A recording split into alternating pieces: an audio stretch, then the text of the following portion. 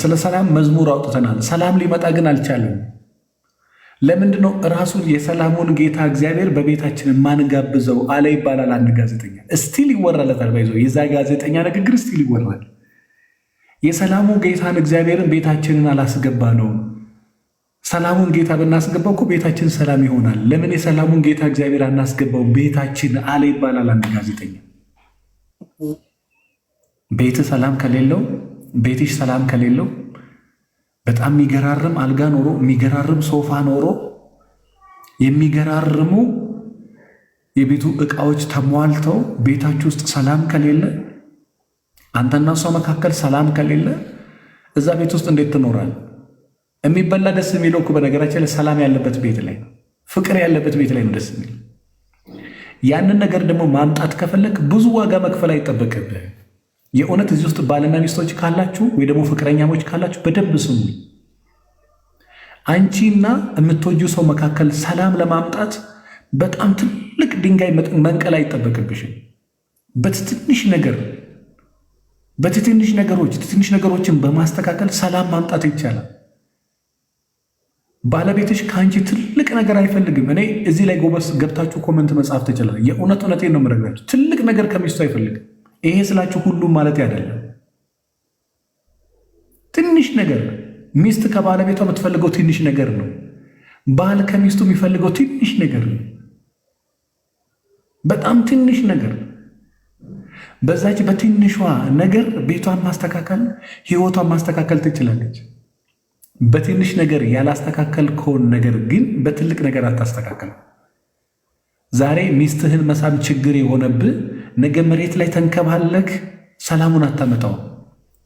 ዛሬ እንደ ባል አክብረሹ ቤትሽን ካላዳንሽ እመኝኝ ነገ አማካሪ ቢደክም ማንም ቢደክምበት መልሶ ላይ ያመጣው ይችላል። በትንሽ ነገር መመለስ የምትችሉን ከባለቤትሽ ጋር እልህ ተጋብተሽ፣ በትንሽ ነገር መመለስ የምትችሉን ከሚስት ጋር እልህ ተጋብተ፣ በትንሽ ነገር እኮ ማቀፍ ሊሆን ይችላል፣ መሳም ሊሆን ይችላል፣ ደህና ዋልሽ ወይም ማለት ሊሆን ይችላል። ከውጭ ሲገባ ጭቅጭቅና እንጀራ ይዛህ ለመቅረብ ሊሆን ይችላል። ገና ከውጭ ሲገባ በቃ ምናልባት ከውጭ ሲገባ አለመጨቃጨቅ ሊሆን ይችላል። እንደ ባል ማክበር ሊሆን ይችላል። እንደ ሚስትም ክብር ትፈልጋለች። ብዙ ጊዜ የተማርነው አንድ የተሳሳተ ነገር ልንገራችሁ። በትዳር ውስጥ ባል ራስ ነው ልክ ሲባል ባል ጌታ ነው፣ ሚስት እንደ ይቅርታ አድርግልኝ ስለ ቃሉ ይቅርታ አድርጉልኝ፣ ሚስት ደግሞ እንደ ባሪያ አድርገን ነው። እንደዛ የሚል መጽሐፍ የለም። እኛ እንደዛ ነው የምናስበው። እንደዛ ነው በፊት ሲነገረን የነበረው። ሲነገረን ስላችሁ ሲያስተምሩን ሳይሆን እኛ አንዳንዶቹ እንደዛ ነው ሲያስረዱን የነበረው። ግን እሱ ልክ አለ። ወንድና ሴት የኃላፊነት ልዩነት እንጂ የሰውነት ልዩነት የላቸው። ወንድም ሰው ነው፣ ሴትም ሰው ናት። ወንድ ራስ ነው፣ ሚስት አካል ነች። ራስ ነው ማለት ይበልጣል ማለት አይደለም። አካል ነው ማለት ታንሳለች ማለት አይደለም። በሰውነት አንድ ነን። ሴትም ክብር ትፈልጋል፣ የእግዚአብሔር ፍጡር ናት። ወንድም ክብር ይፈልጋል፣ የእግዚአብሔር ፍጡር።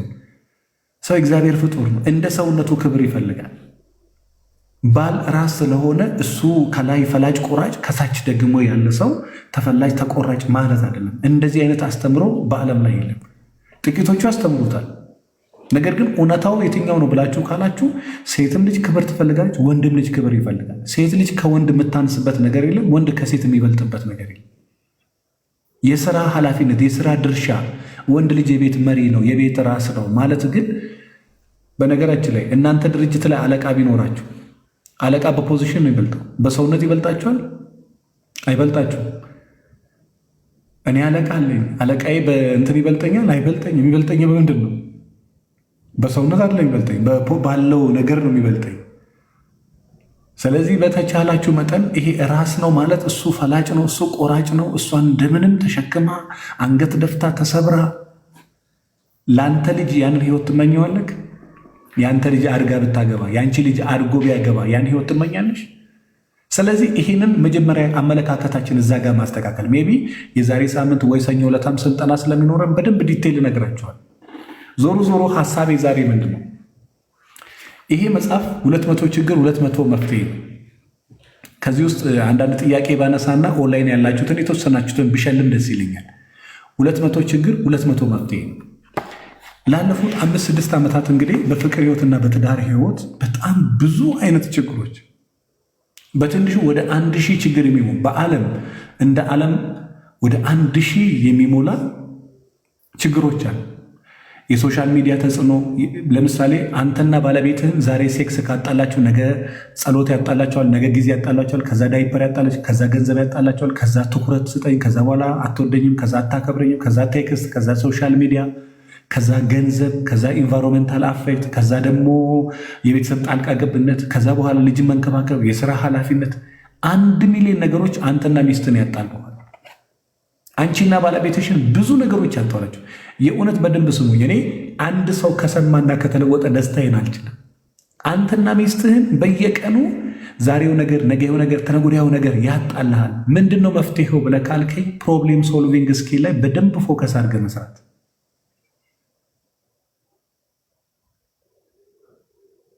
በተቻለ መጠን ችግሮች አፈታት ዘዴ ችግሮች ይፈጠራሉ። በየቀኑ በዚህም በዛም ችግሮች ይፈጠራሉ። ችግሩ አይደለም። ችግሩን የምትፈታበት መንገድ ወይ ደግሞ የምትፈታበት አይን፣ ችግሩን የምታይበት አይን፣ ችግሩን የምትፈታበት መንገድ። ለምሳሌ አንተና ባለቤት በሴክሹዋል ነገር ተጣላችሁ። ሰው መፍትሄው ምንድን ነው? አንቺና ባለቤትሽ በሴክሹዋል ነገር ተጣላችሁ። መፍትሄው ምንድን ነው? እንግዲህ አንጣላም አትይም። በሴክሹዋል ነገር ተጣላችሁ ወይ በገንዘብ ተጣላችሁ ወይ ሚስት ባለቤቷን በገንዘብ ትበልጠዋለች። በተለይ አሁን የዚህ ዘመን ችግር እሱ ነው። ሴቶቹ በጣም ኦቨር እየሄዱ ነው። በጣም ኦቨር። አብርሃም ጋር እየተናገርኩት ነበር። አብርሃም አላየው ፕሮግራም ላይ ፖድካስት ላይ ያ በጣም ጎበዝ ሁሉ ማለት አይደለም። ከወንዶችም በጣም የሚገራርሙ ወንዶች አሉ። ሴቶቹ ግን በጣም ጎበዝ እየሆኑ በጣም ፈጣን እየሆኑ ነው። ኢኮኖሚካሊ በጣም ስትሮንግ እየሆኑ ነው። አንዳንድ ነገሮች ሰርች ማድረግ ላይ ምን ላይ በጣም የሚገራርም ነገር እየሰሩ ሴቶቹ። አንዳንድ ቦታ ላይ ወንዶቹም እንደዛው፣ ግን እየተዘናጉ ያለ ወንዶች አሉ። ባለቤት በኢኮኖሚ አንተን ከበለጠች እንዴት ነው ማኔጅ የምታደርጋት? ማኔጅ ማድረጉን ተው። ከእንደዚህ አይነት ሚስት ጋር እንዴት ነው የምትኖረው? ብዙ ጊዜ እኛ ምን እንችላለን መስላችሁ? ይሄ ከኛ በታች ካሉ ሰዎች ጋር መኖር እንችላለን። በተለይ ይሄን ወንዶች ከስር ያላችሁ ታውቁታላችሁ። ከአንተ በታች ካለች ወንድ ጋር በቃ ይሄም ውሸቱንም እውነት ነው፣ እውነቱንም ውሸት ነው እያልክ መኖር ትችላለህ። ሁሉ ማለት ግን አይደለም። አደራችሁ። ከአንተ በላይ ያለችን ሴት ግን እንዴት ነው የምትመራት? ሴት ልጅ ዛሬ አግብታ ብስለቷ ከአንተ እየበለጠ ነው የሚሄደው። ወንዱ ደግሞ ራሱን አብዴት ካላረገ፣ ራሱን ካልሰራ ካለው ነገር ራሱን ሉዝ እያደረገ፣ ይሄ ጥናት ነው ማወራቸው። የሰው ልጅ ያለው እውቀቱ ላይ እየጨመረ የማይሄድ ከሆነ 20% ሉዝ እያደረገ ነው የሚሄደው። አዎ 20% እየቀነስኩ ነው የምትሄደው። ሚስት አግብተህ በየጊዜው ራስን አብዴት የማታረግ ከሆነ ከዓመታት በኋላ እሷን በትክክል መምራት ትቸገራል። የሆነ ነገር ለመምራት ደግሞ አትሊስት የመመሪ እውቀቱ የሆነ ያህል ትንሽ የሆነ ነገር ሊኖረው ይገባል። ስለማታውቀው ነገር እንዴት ብለህ ትመራለህ? ዞሮ ሴት ልጅም ሆና ሚስትነትም ራሱን የቻለ ጥበብ አለው። ሚስት መሆንም ራሱን የቻለ ጥበብ አለው። ራሱን የቻለ ማስተዋል ይፈልጋል። ራሱን የቻለ ብስለት ይፈልጋል።